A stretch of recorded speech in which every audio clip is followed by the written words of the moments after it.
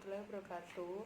Saya Amelia Viragupti, NIM 180407040487 dari kelas 2018B.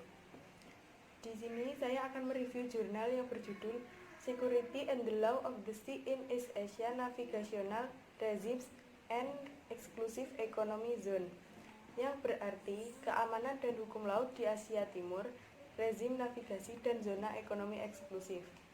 Jurnal tersebut ditulis oleh Sam Bateman yang diterbitkan pada tahun 2005 dengan jumlah 20 halaman.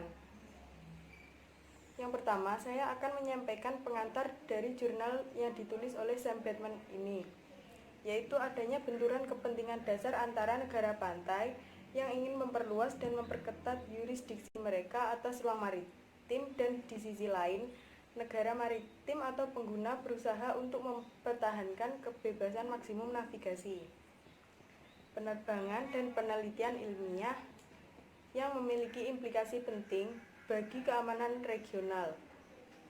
Suatu negara pantai mungkin membenarkan pembatasan atas hak dan kebebasan di perairan yang berdekatan untuk alasan keamanan nasional. Ia melindungi kedaulatan dan hak kedaulatannya dalam hal perairan dan dalam memastikan bahwa kapal dan pesawat asing tidak beroperasi di perairan tersebut dengan cara yang mungkin merugikan keamanannya. Namun, negara lain, khususnya negara maritim atau pengguna, melihat pembatasan apapun yang diberlakukan oleh negara pantai pada navigasi, penerbangan berlebihan, dan penelitian berdampak negatif pada keamanan maritim mereka, khususnya mobilitas angkatan laut mereka dan kemampuan mereka untuk melakukan operasi pertahanan. Banyak contoh konflik kepentingan ini dapat ditemukan di perairan Asia Timur. Konflik tersebut semakin jelas setelah adanya penerapan aturan pelayaran yang meliputi lintas damai, lintas transit, dan lintas alur laut kepulauan, dan dengan interpretasi hak dan kewajiban di zona ekonomi eksklusif. Tersebut merupakan sebagian besar konsekuensi dari kondisi geografi maritim di Asia Timur, dengan rantai lautan sepanjang pantai Asia Timur dan rantai kepulauan lepas yang membentang dari Jepang sampai Taiwan dan Filipina ke Indonesia. Sehingga dalam jurnal ini mengidentifikasi bidang utama ketidaksepakatan di wilayah tersebut dengan kebebasan navigasi dan penerbangan berlebih, termasuk dalam zona ekonomi eksklusif. UNCLOS 1982 mengidentifikasi 3 rezim yang berbeda, yaitu yang pertama, lintas damai. Dalam rezim ini, kapal selam harus melakukan perjalanan di permukaan dan menunjukkan benderanya, dan kapal dilarang untuk mengoperasikan pesawat organik dan tidak boleh terlibat dalam hal aktivitas apapun yang merugikan perdamaian, ketertiban, dan keamanan negara pantai.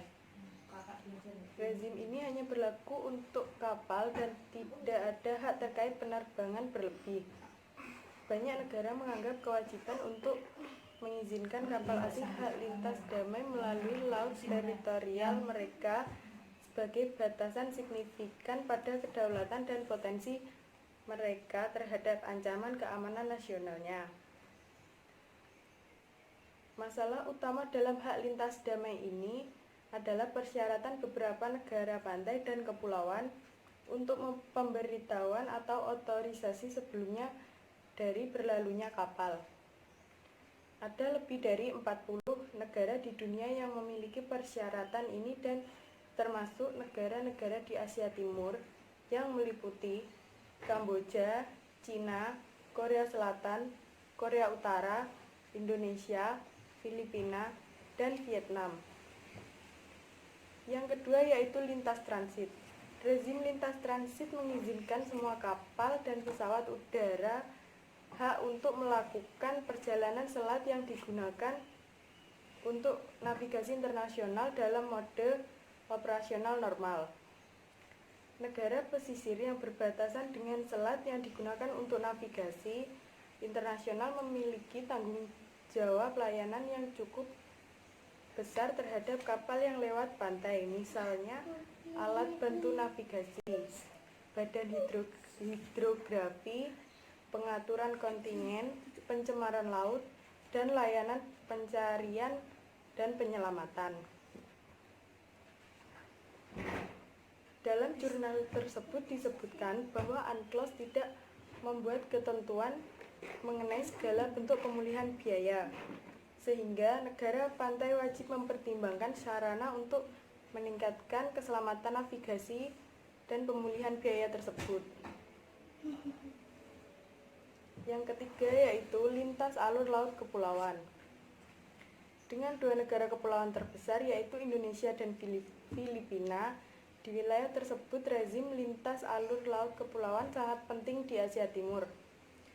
Negara kepulauan menjalankan kedaulatan penuh atas perairan kepulauan untuk memenuhi syarat dari rezim lintas alur laut kepulauan yang memungkinkan kapal dan pesawat terbang semua negara memiliki hak transit terus-menerus, cepat dan tidak terhalang melalui perairan kepulauan di sepanjang dan di atas jalur laut yang dapat ditunjuk oleh negara kepulauan.